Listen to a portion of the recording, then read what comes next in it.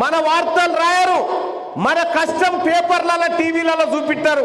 కానీ అదే పెద్ద కులపోల వార్తలు మాత్రం రాస్తారు, అలా చూపిస్తారు. దొంగతనం చేసిన వాళ్ళంతా వాళ్ళే కదా, మన సొమ్మెత్తుకపోయిందంతా వాళ్ళే కదా. ఇలా కోట్లాది రూపాయల సొమ్ము మనది ఎత్తుకపోయిరంటే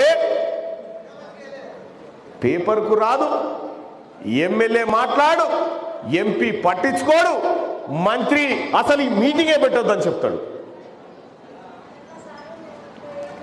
నిన్న నుంచి పర్వతాలకు ఒకటే ఫోన్లు, ఏమని? పర్వతాలు నువ్వు ఎట్లా చేసి ఆ మీటింగ్ పెట్టొద్దు, మళ్ళా ఇక్కడికి వస్తే పరిశాన్ అవుతుంది, మళ్ళా ఇక్కడికి రాకుండా చూడు దయచేసి అని చెప్పి పర్వతాలకు ఒకటే ఫోన్లు. తీన్మార్ మళ్ళా పట్టించుకుంటాడా, పర్వతాలు పట్టించుకుంటాడా? మేము మీ బిడ్డలం, మేము ఆ పత్రికలోళ్ళు ఆడున్నోళ్ళు వాళ్ళు, కానీ మేము మీ కన్న బిడ్డలు అసొంటి వాళ్ళం, మీ ఇళ్ళలో పెరిగిన వాళ్ళం, మీరు పెట్టిన తిండి తిని బతికిన బిడ్డలం.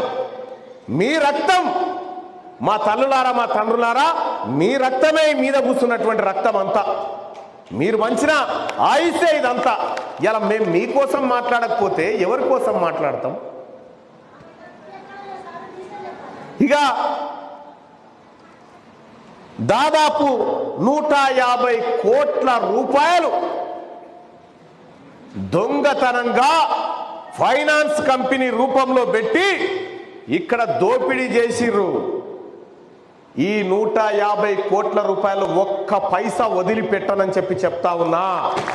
ఒక్క పైసా వదిలిపెట్టకుండా ఎట్లా గుంజుకరావన్నో మా కెరికే, ఎక్కడి నుంచి గుంజుకరావన్నో మా కెరికే. దానికి త్వరలోనే కార్యాచరణ ఇస్తా, దాని ప్రకారం మనం ముందుకు పోదాం.